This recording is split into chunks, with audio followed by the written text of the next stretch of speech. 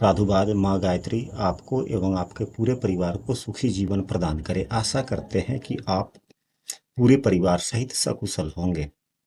हम अपने चैनल के माध्यम से प्रतिदिन ज्योतिष पर आधारित कक्षाओं का आयोजन करते हैं। यदि आप हमारे ज्योतिष की कक्षा में भाग लेना चाहते हैं तो स्क्रीन पर दिख रहे नंबर पर आप व्हाट्सएप कर सकते हैं।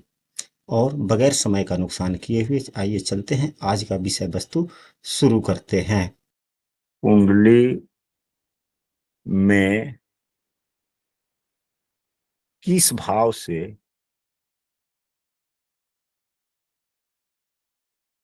इस विषय वस्तु का विचार, किस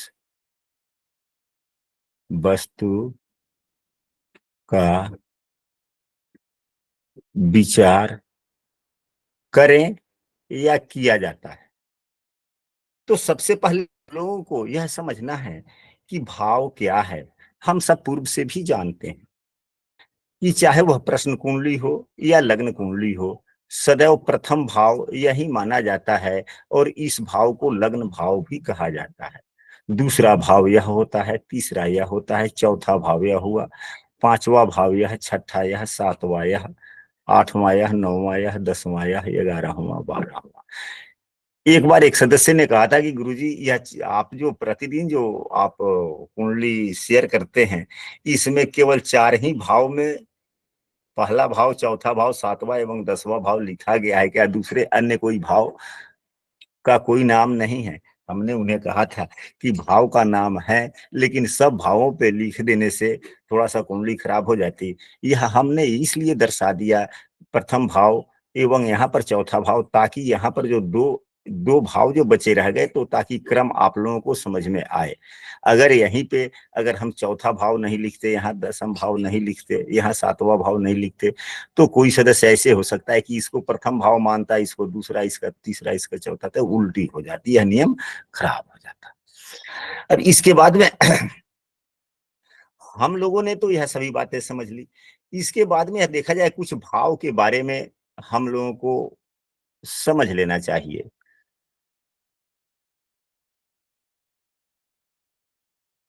जब व्यक्ति प्रश्न पूछता है, उस समय जो लग्न व्यतीत हो रहा होता है या जिस लग्न में व्यक्ति का जन्म होता है, अगर मान लिया जाए कि मिथुन लग्न में किसी व्यक्ति ने हमसे प्रश्न पूछा, या हम दिशा कुंडली बना रहे हैं, आरूढ़ कुंडली बना रहे हैं, या अंक कुंडली बना रहे हैं, अगर मिथुन राशि ही का लग्न बनता है, तो हम मिथुन राशि यहाँ लिखेंगे, यानी कि 3 यहाँ लिखेंगे, 4 यहाँ, 5 यहाँ, 6 यहाँ। अगर तुला लग्न बनती है तो 7 यहाँ लिखेंगे, 8 यहाँ, 9 यहाँ, 10 यहाँ, इस प्रकार से। कुंडली के पहला भाव, चौथा भाव, 7वां एवं 10वां भाव को केंद्र भाव कहा जाता है। इस भाव में बैठे हुए ग्रह बली होता है, बलवान होता है।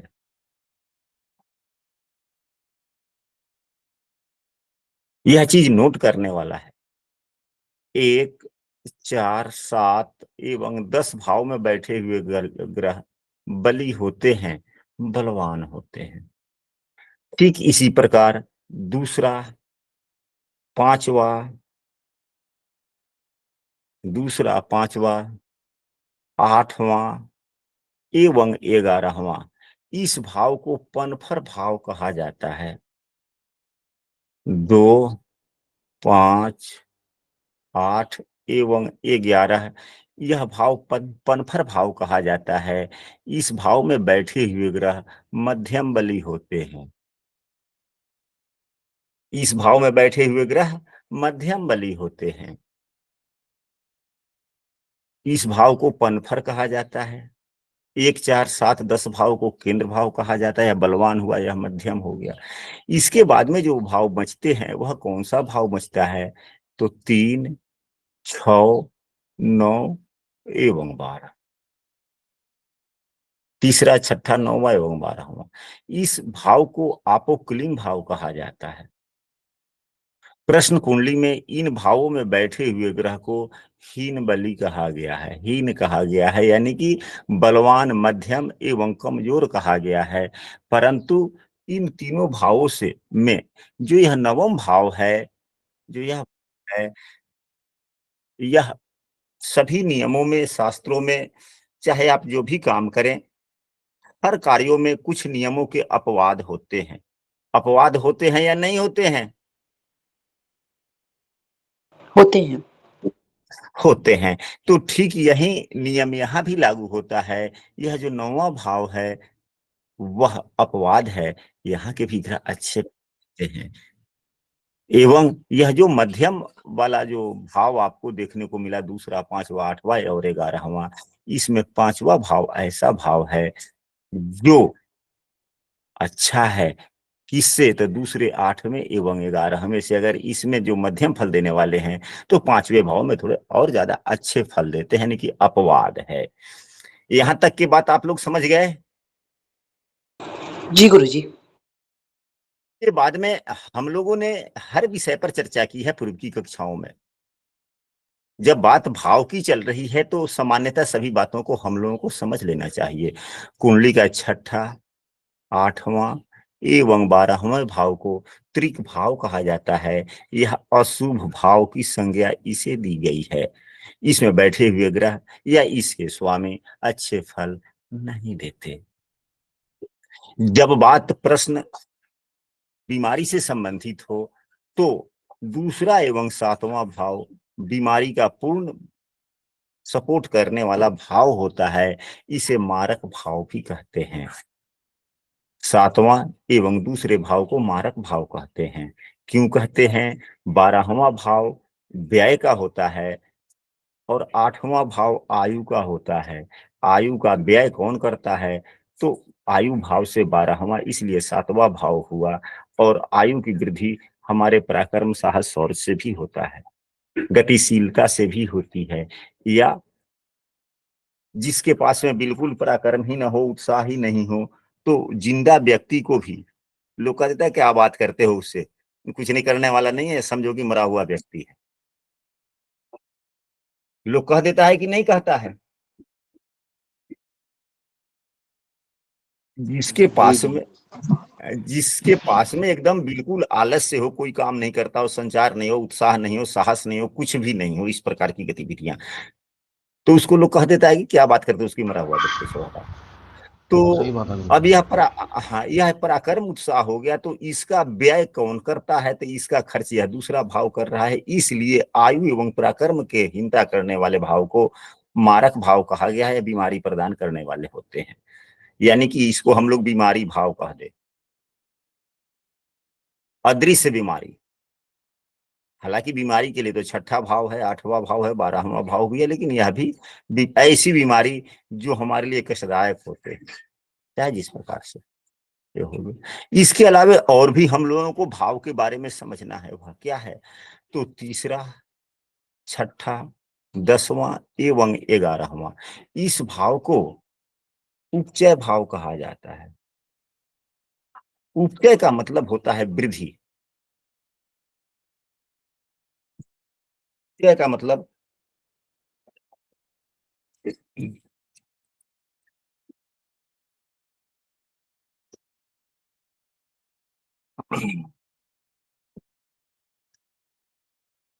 करने वाले भाव।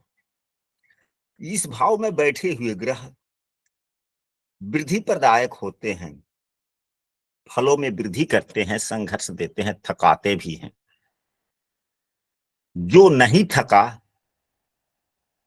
जो व्यक्ति हैबिचुएटेड स्वभाव अपने आप को बना लिया, वह उस व्यक्ति के लिए तीसरे, छठे, 10वें एवं 11वें भाव में बैठे हुए ग्रह उसको सफलता के शिखर तक लेकर जाते हैं। यह है उपचय भाव। अब हम लोग जब प्रश्न कुंडली की क्लास कर रहे हैं, सीख रहे हैं, हम लोगों के पास में प्रश्नकर्ता अपने प्रश्नों के समाधान के लिए ही पहुंचते हैं। उनके पास में प्रश्न कई प्रकार के हो सकते हैं। उनके जीवन में जितने भी प्रकार के प्रश्न हैं, यही कुंडली के 12 भाव के अंतर्गत आते हैं। अब आप लोग आकलन करेंगे कि जीवन में कितने प्रकार के प्रश्न हो सकते हैं। जीवन समाप्त हो जाएगी, प्रश्नों की संख्या समाप्त होने वाली नहीं है। पुस्तकों में भी थोड़े बहुत बतलाए गए हैं। सभी व्यक्तियों को अपने अनुभव के आधार पर किस भाव से किस प्रश्न का विचार किया जा सकता है, अपने अनुभव का भी कुछ उपयोग करना चाहिए। हम लोगों ने जो इस पुस्तक को आधार बनाया है, उस पुस्तक को भी आप लोग पढ़ें और अन्य पुस्तकों में भी जो बातें दी गई है, याद है, हम सरसरी तौर पर आप लोगों को बतलाने का प्रयास कर रहे हैं। जैसा कि प्रथम भाव से हम लोग अपने जीवन के सुख दुख, जाति, जाति का मतलब ये नहीं कि जो हम सांसारिक जाति है वह नहीं, यानी कि अंतरात्मा का गुण। जो चार जाति हमारे शास्त्रों में बतलाए गए हैं, ब्राह्मण, क्षत्रिय,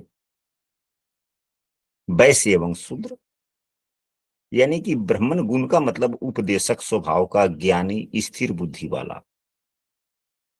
अगर यह गुण जिनमें है, वह सांसारिक जाति में कोई भी हो, लेकिन धर्मशास्त्रों के आधार पर उन्हें ब्राह्मण जाति कहा गया। या हो जिनमें रक्षात्मक भावना उपजती हो, चाहे वह किसी भी जाति के क्यों ना आते हो, किसी दूसरे दीन दुखी को पीड़ित होता हुआ देखकर उसकी रक्षा करने का, मदद करने की जिसके मन में भावना आ जाती हो, क्षत्रिय। वैश्य मतलब आदान प्रदान का गुण जिनमें अधिक ज्यादा हो, वैश्य हो गए। जिनमें सेवा वृत्ति अधिक हो, शूद्र हुए। हमारे शास्त्रों में जो यह चार वर्ण बतलाए गए हैं, आधार यही है या कुछ और है?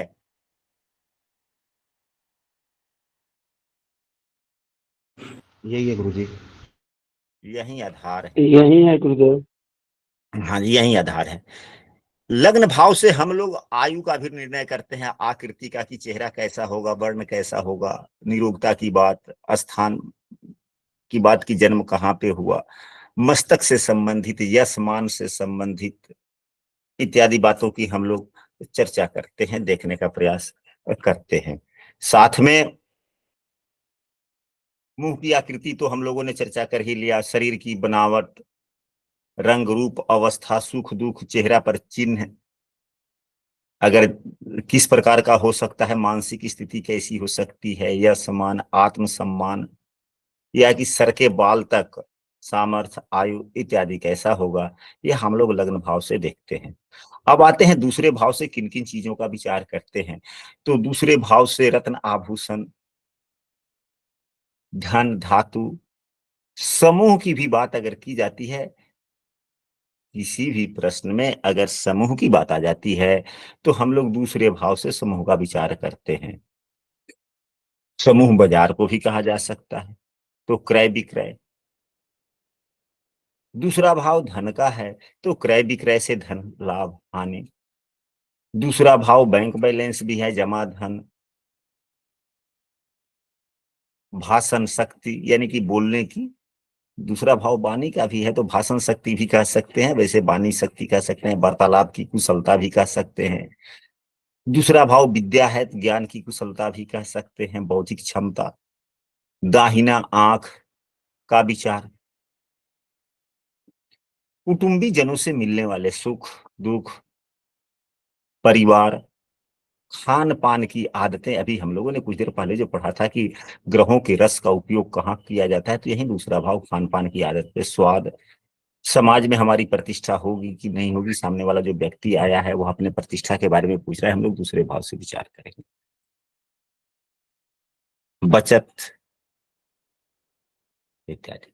अब आते हैं कुंडली के तीसरे भाव से किन किन चीजों का विचार करते हैं। तो तीसरा भाव को सहज भाव के नाम से पुस्तकों में वर्णित है। सहज भाव, सहज कहा जाता है भाई को। रात्रि सुख भाव भी इसे कहा जाता है। तो भाई बहन का सुख दुख, वो भी कौन से भाई बहन, क्या बड़े या छोटे, तो नहीं, तीसरे भाव से छोटे भाई बहन के सभी विषय वस्तुओं का विचार किया जाता है, और 11वें भाव से बड़े भाई का।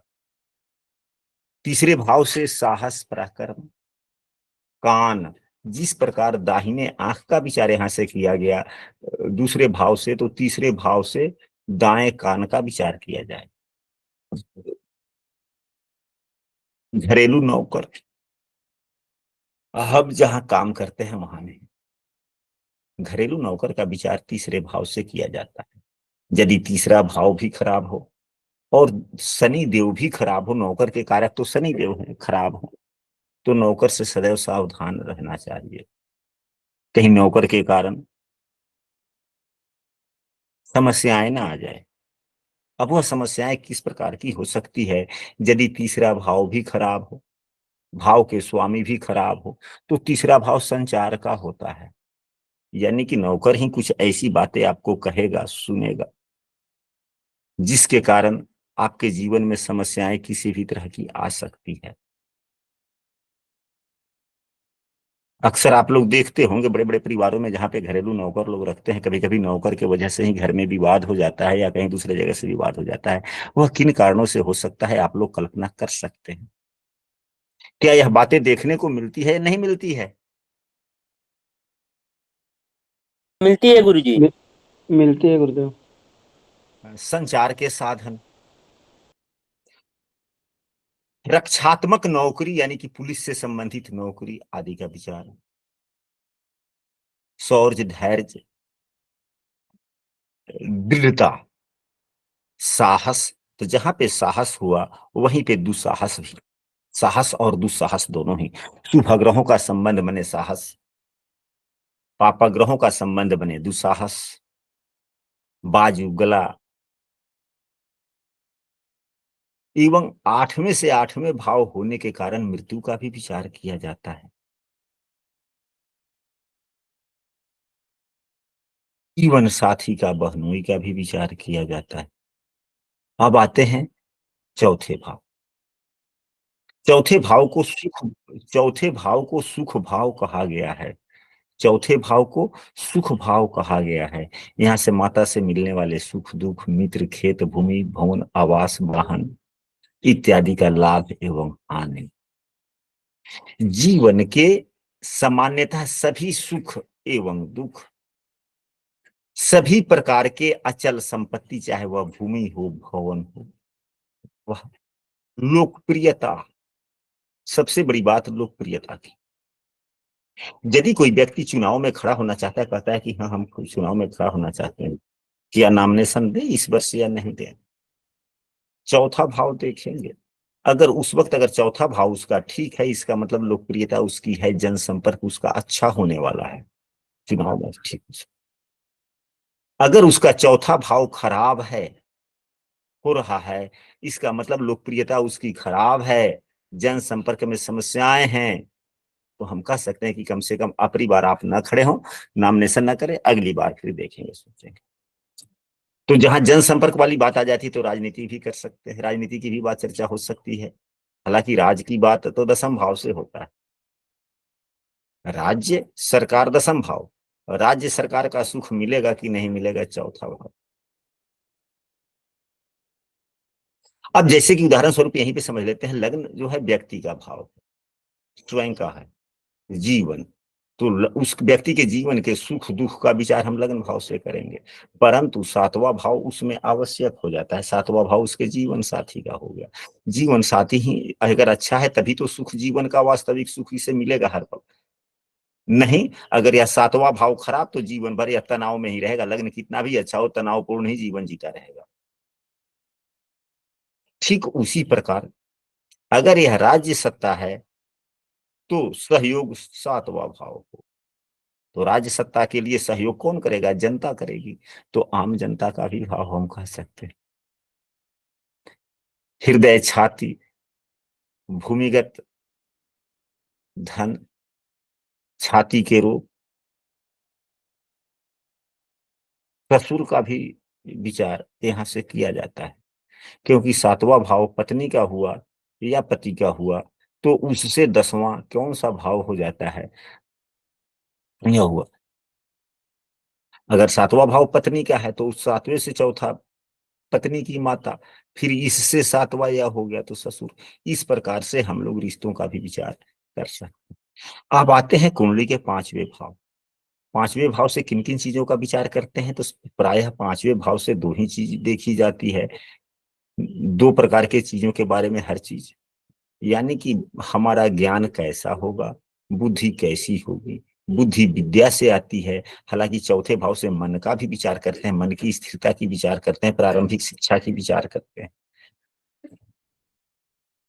ठीक उसी प्रकार पंचम भाव से भी हम लोग हमारा ज्ञान कितना विकास कर सकता है। तो ज्ञान तो पढ़ने से ही आता है या गुरुजनों से शिक्षा लेने से आता है। तो यहाँ से विद्या का भी विचार किया जाता है, संतान का विचार किया जाता है।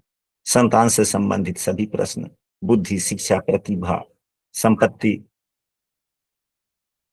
प्रतियोगिता परीक्षा में सफल होंगे या असफल होंगे, वह भी पांचवें भाव से हम लोग देखते हैं। गर्भ, संतति, शिष्य, मंत्र साधना, पांचवा भाव। प्रबंधन की क्षमता, नवीन कोई हम पुस्तक लिखना चाहते हैं तो पुस्तक लिखने की हमारे पास में क्षमता है या नहीं। बहुत से व्यक्ति लेखक भी होते हैं, अभी शायद कक्षा में उपस्थित भी हैं। उन्होंने कई बार हमसे पूछा भी था कि क्या हम अभी पुस्तक लिखें या नहीं लिखें। लिखने की इच्छा है, पांचवा भाव मजबूत होगा। अच्छा, ठीक है। नया काम शुरू करना, परामर्श देना लेना, प्रतिभा, प्रबंधन क्षमता इत्यादि। साथ ही आकस्मिक धन लाभ में लॉटरी, सट्टा बाजार, शेयर इत्यादि का भी विचार कि आकस्मिक धन इन चीजों से मिल सकती है, नहीं मिल सकती है। पांचवे, पेट से संबंधित सभी प्रकार की स्थिति, यानी कि उदर विकार से संबंधित, पेट से संबंधित बीमारियों के बारे में पंचम भाव। गर्भ की स्थिति कि गर्भ धारण करने की क्षमता है, नहीं है, कब होने की संभावनाएं हैं, इस प्रकार के भी ढेर सारे प्रश्न आते हैं कि पुत्र होगा कि नहीं होगा। यह सभी विचार हम लोग पंचम भाव से करते हैं। छठे भाव की बात करें तो कुंडली के छठे भाव से मानसिक एवं शारीरिक रोग, यह कौन सा भाव है? छठे भाव को रोग, ऋण, शत्रु भाव कहा जाता है। हम तो तेजी में बोलते जा रहे हैं, आप लोगों से यदि नोट हो रहा हो तो नोट भी करते चले, यदि नहीं तो हम आप लोगों को समयानुसार वीडियो दे देते हैं। वीडियो जब आप लोग देखें तो उस वक्त वीडियो देखकर नोट करते चले। अगर हम यही कक्षा में अगर एक एक शब्द बोलकर नोट करवाएं तो दो ही तीन भाव को हम लिखवाएंगे, नोट करवाएंगे, समय सीमा समाप्त हो जाएगी, काफी लंबा समय हो जाएगा और उबाऊ क्लास हो जाएगी। अब इसके बाद में छठा भाव, छठा भाव जहां रोग, ऋण, शत्रु का है, तो रोग के लिए चाहे वह मानसिक रोग हो या शारीरिक रोग हो, इसका भी विचार। शत्रु, शत्रु किसी भी प्रकार का हो सकता है, यानी कि जो हमारी जीवन के उन्नतियों में जिससे हमको संघर्ष करके आगे बढ़ना होता है वो हमारे प्रतिद्वंदी हो जाते हैं। हमारे कहने का मतलब है कि अगर हम बाजार में ही दुकान करते हैं और भी पूर्व से पहले से दुकानदार हैं, वो हमारा हानि नहीं पहुंचाना चाहते, लेकिन हमारे पास में अगर कोई ग्राहक आता है तो अगर हम नई दुकान करते हैं तो पुराने दुकानदार हैं, तो पुराने दुकानदार के जो ग्राहक है उन्हीं में से कुछ ना कुछ ग्राहक टूट के मेरे पास में आते हैं। तो वह जो पुराना दुकानदार है वह आपको बाजार से हटाना नहीं चाहता, परंतु वह क्या करता है, अपनी गुणवत्ता में सुधार करता है या कुछ ऐसी विधियां अपनाता है ताकि उसके ग्राहक उसी के पास में रहें, आपके पास में न जाएं। यह हुआ प्रतिद्वंदिता। प्रतिद्वंदिता इस प्रकार की भी होती है और प्रतिद्वंदिता कुछ ऐसे भी होता है जिसको शत्रु भी कहते हैं, लड़ाई झगड़े हो जाते हैं, वह भी प्रतिद्वंदी ही है। समयानुसार प्रतिद्वंदियों के प्रकार अलग अलग हो सकते हैं या नहीं हो सकते हैं। हो सकते हैं गुरुजी। तो इन बातों को भी हम सबों को समझना चाहिए। दुर्घटना, मारन मोहन उच्चाटन, उग्र कृत्य, षड्यंत्र,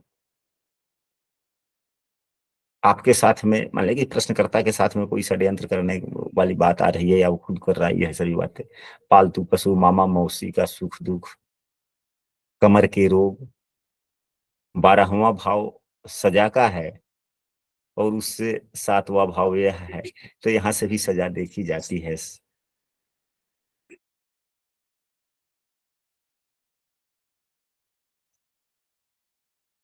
जैसा कि अभी हमने दुधारू पशु, चोटाघात, प्रतियोगिता, पेट का निचला भाग से संबंधित बीमारी, छठा भाव। अब आते हैं सातवें भाव से किन किन चीजों का विचार करते हैं। तो सातवां भाव सामान्यतः यह विवाह भाव के नाम से जाना जाता है, जीवन साथी के भाव से नाम जाना जाता है, पति के भाव से नाम जाना जाता है, पत्नी के नाम से भाव जाना जाता है। यह सभी क्या है? तो यह सभी हमारे जीवन के साझेदार हैं, इसलिए साझेदार भाव भी कहा जाता है इससे। यानी कि वह कौन सा साझेदार जो हमारे जीवन में, जीवन के गतिविधियों में जो हमारा राजदार हो, उसी को कहते हैं साझेदार। तो चाहे वह व्यवसाय का भी राजदार हो सकता है, हमारे नौकरी का राजदार हो सकता है, हमारे दुकानदारी का राजदार शेयरदार हो सकता है।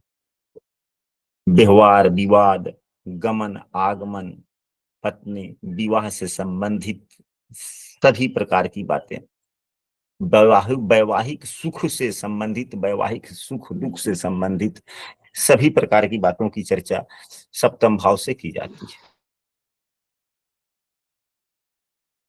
पत्नी की संख्या यानी कि जीवन साथी की संख्या, प्रकृति, स्वभाव, रंग रूप, काम भावना,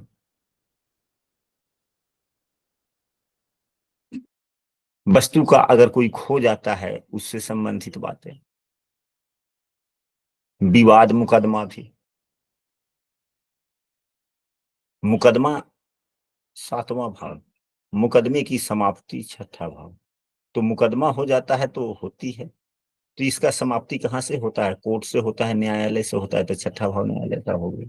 न्यायालय में वार्तालाप होती है, बहस होता है, तो बहस का भाव छठा भाव होगी। तो जब बहस का भाव छठा होगा तो बहस कहाँ होती है? यह रोग ऋण भाव से संबंधित बीच भाव है छठा, और यहाँ पर बहस की बात आ गई। तो बहस तो न्यायालय में जिरह ही होता है, पंचायती होती है, तो वह हनन करता है, समाप्ति करता है किसका? तो मुकदमों का।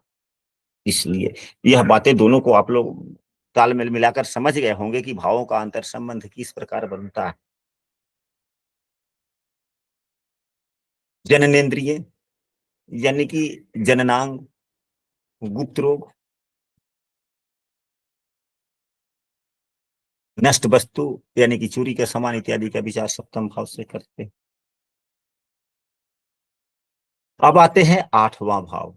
आठवां भाव का आयु भाव के नाम से जाना जाता है, इसे मृत्यु भाव भी कही जाती है। वास्तव में मृत्यु यहां होती नहीं, लेकिन मृत्यु के कारण एवं मृत्यु के समय का पता यहां से चलता है।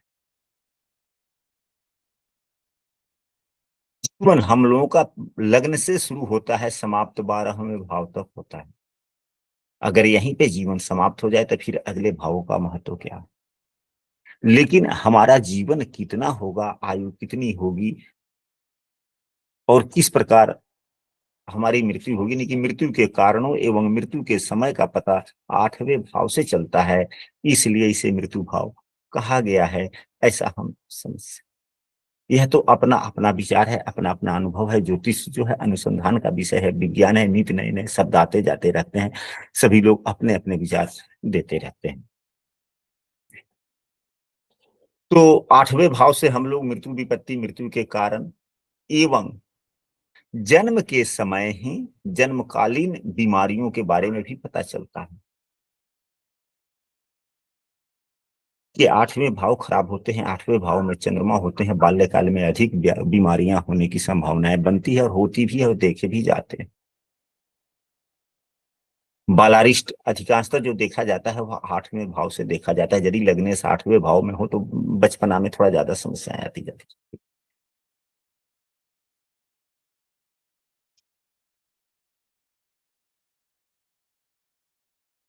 लंबी अवधि वाली बीमारियां एवं विषैले जीव जंतु के द्वारा काटना, यह उस समय की बात है, यानी कि पॉइजन फूड वाली बात है। तो आजकल के जमाने में तो उतने विषैले जीव जंतु नहीं है, परंतु फूड पॉइजन वाली बातें कभी कभी आ जाती है। तो क्या फूड पॉइजन से संबंधित कोई बीमारियां होने की संभावनाएं हैं? तो आठवां भाव। क्या फूड पॉइजन वाली बीमारियां होती है या नहीं होती है, या जिसको हम लोग दवाओं का रिएक्शन भी कह सकते हैं? होती है गुरु जी। हाँ, लंबी यात्रा, समुद्री यात्रा।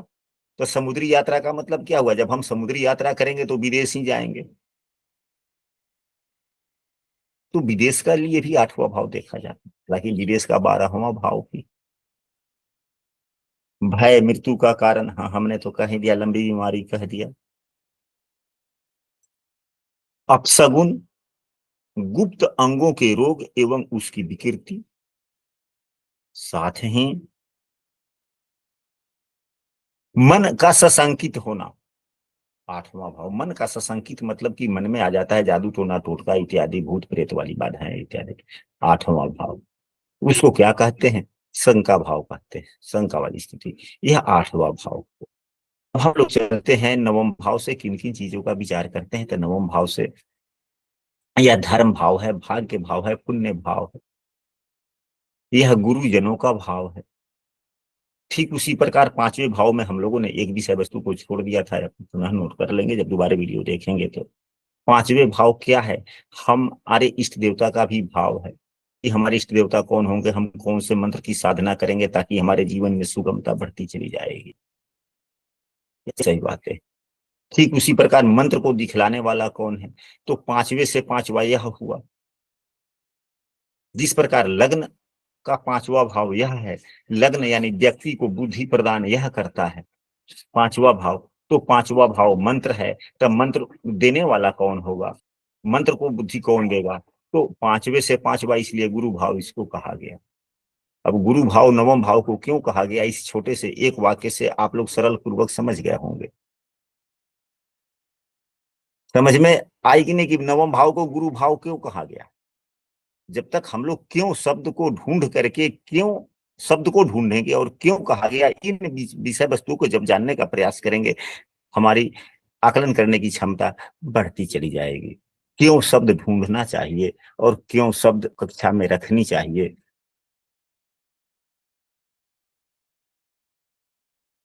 कल्याणकारी कार्य, उदारवादी कार्य, दीक्षा, देवालय। नवम भाव से भाभी का भी विचार किया जाता है, देवर का भी विचार किया जाता है। अगर मान लिया कोई महिला की कुंडली हो तो उसका पति या हुआ, पति या हुआ तो पति से तीसरा भाव, तीसरा भाव छोटे का होता है, छोटे भाई बहनों का होता है।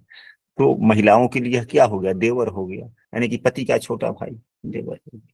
इस प्रकार से हम लोग भावत भावों का सिद्धांत लगा सकते हैं एवं रिश्तों के बारे में जानने का भी प्रयास कर सकते हैं। मंत्र, दीक्षा, मठ, धर्म कार्य, भाग्य, पथ की कुशलता, धर्म के साधन, धार्मिक यश की प्राप्ति, देव गुरु विप्रजनों की कृपा, धार्मिक स्थान का निर्माण करेंगे कि नहीं करेंगे, कथा पुराण का श्रवण या वाचन। कितने व्यक्ति का स्वभाव ही होता है कि जब तक वो आधे घंटे 10 मिनट 15 मिनट चाहे वह कथा श्रवण नहीं कर ले, आदत होता है कितने व्यक्तियों का कि टीवी खोलेगा, बैठेगा, हाँ भाई आस्था चैनल लगाओ 5 मिनट जरा देखते हैं, भले ध्यान से सुने ना सुने, अमल करे ना करे, लेकिन उसका स्वभाव होता है, आदत ही होती है कि जब तक कान में कम से कम धार्मिक बातें कुछ नहीं सुन ले उसका रूटीन ही नहीं बनता। और कभी कभी बड़े ध्यान से भी सुनता है और उस बातों को दूसरे जगह कहता भी है। यानी कि धार्मिक बातों का श्रवण करना या सुनाना, धार्मिक ग्रंथों का अध्ययन भी यहीं से देखा जाता है। तीर्थ यात्रा, दानशीलता इत्यादि। अब आते हैं दसम भाव। दसम भाव को राज्य भाव कहा गया है, नौकरी का भाव कहा गया है। यहाँ से पिता का सुख दुख, हालांकि पिता का विचार हम लोग नवम भाव से भी करते, दसम भाव से भी पिता का विचार होता है, क्योंकि चौथा भाव माता का है। तो माता से 7वां, माता का पति, पिता हुआ दसम। तो पिता के सुख दुख, पिता से सहयोग मिलना ना मिलना। दसम भाव कर्तव्य का है, काम का है कि हम क्या काम करेंगे, उससे हमारा व्यक्तित्व का निर्माण होता है, आचरण का निर्माण होता है, इसलिए आचरण भाव, कर्तव्य भाव भी इसे कहा जा सकता है। और अच्छा आचरण होगा तो हमारा यश मान प्रतिष्ठा बढ़ेगी, आचरण कर्तव्य खराब होगा, यश मान प्रतिष्ठा कम होगी। इसलिए यश मान प्रतिष्ठा का भी विचार, सरकारी नौकरी का विचार, पैतृक संपत्ति का विचार, कर्म की सफलता, व्यवसाय से संबंधित सभी प्रकार के प्रश्न, राजनीति, सत्ता इत्यादि, नौकरी, अधिकार मिलने वाला है कि नहीं, चुनाव की सफलता, जैसा कि हमने चौथे भाव पर कहा कि चुनाव में सहयोग चौथा भाव करता है और परिणाम यहाँ पर निकलता है। चुनाव में सफलता असफलता, पदोन्नति या अवनति, सास का भी विचार या ससुर का विचार। यदि महिला की कुंडली है तो सास पुरुष की कुंडली है, यदि महिला की कुंडली है तो सास हो गया, पुरुष की कुंडली है तो भी क्या हुआ, सास ही हुआ। सास हुआ या ससुर हुआ 10वां भाव? ससुर। सास अगर सास का होगा, यदि यह महिला की कुंडली है तो उसके पति का भाव यह हो गया, और पति की माता सास हुई। यदि यह महिला की कुंडली है तो उसके पति का भाव, तो पति की माता यह सास हो गया। यानी कि 10वां भाव सास, चौथा भाव ससुर, यानी कि माता एवं ससुर का भाव, पिता एवं सास का भाव। बातें स्पष्ट हुई? जी गुरुजी। ठीक इसी प्रकार अब हम लोग 11वें भाव से देखते हैं कि 11वें भाव से किन किन चीजों का विचार किया जाता है। तो 11वें भाव से लाभ, इच्छा, कि हमारी इच्छाएं किस प्रकार की होगी, चाहे वह पढ़ाई की इच्छा हो, धन प्राप्ति की इच्छा हो, रिश्तों के संबंध की इच्छा हो, इच्छा किस प्रकार का हो, वह 11वां। ठीक इसी बात को लेकर अब देखा जाए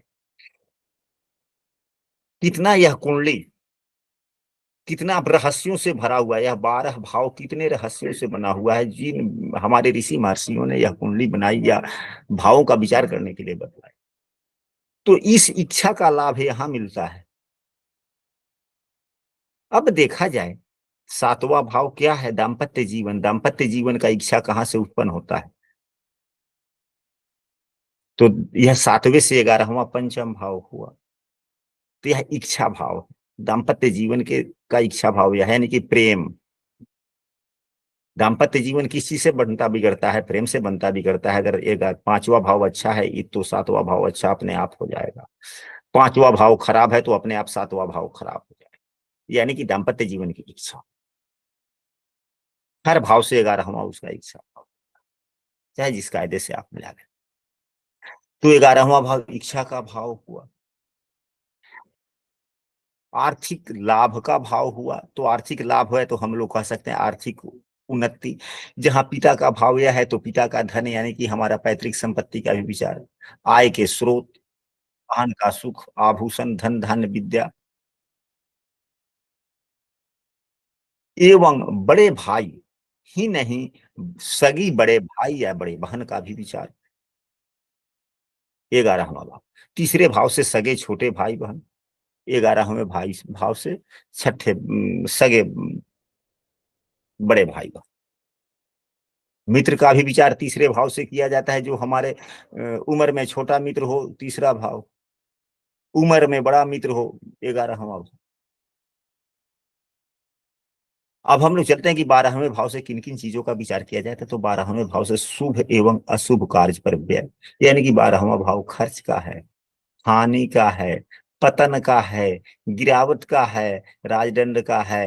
राजदंड मतलब जेल भी हो सकता है। राजा से यानी कि सरकार से जब सजा मिलती है तो जेल भी मिलती है, कि कभी कभी की नहीं मिलती है। कर, मिलती। भोग, भोग का मतलब दाम्पत्य जीवन के मधुर संबंध, दान, बायां आंख, पैर का विचार यानी कि पैरों से कष्ट, पोलियो हो जाना, चोरी, खेती पर व्यय, मोक्ष, शयन स्थान इत्यादि का विचार 12वें भाव से हम लोग करते हैं। तो आज की कक्षा में हम लोगों ने बहुत कुछ जाना, बहुत कुछ समझने का प्रयास किया, एवं रिश्तों के लिए भी भावत भावों के सिद्धांत के अनुसार हम लोग कैसे विचार कर सकते हैं, इस पर हम लोगों ने जानने समझने का प्रयास किया, समझने का। आशा करते हैं कि आज की कक्षा आप लोगों को अच्छी लगी होगी।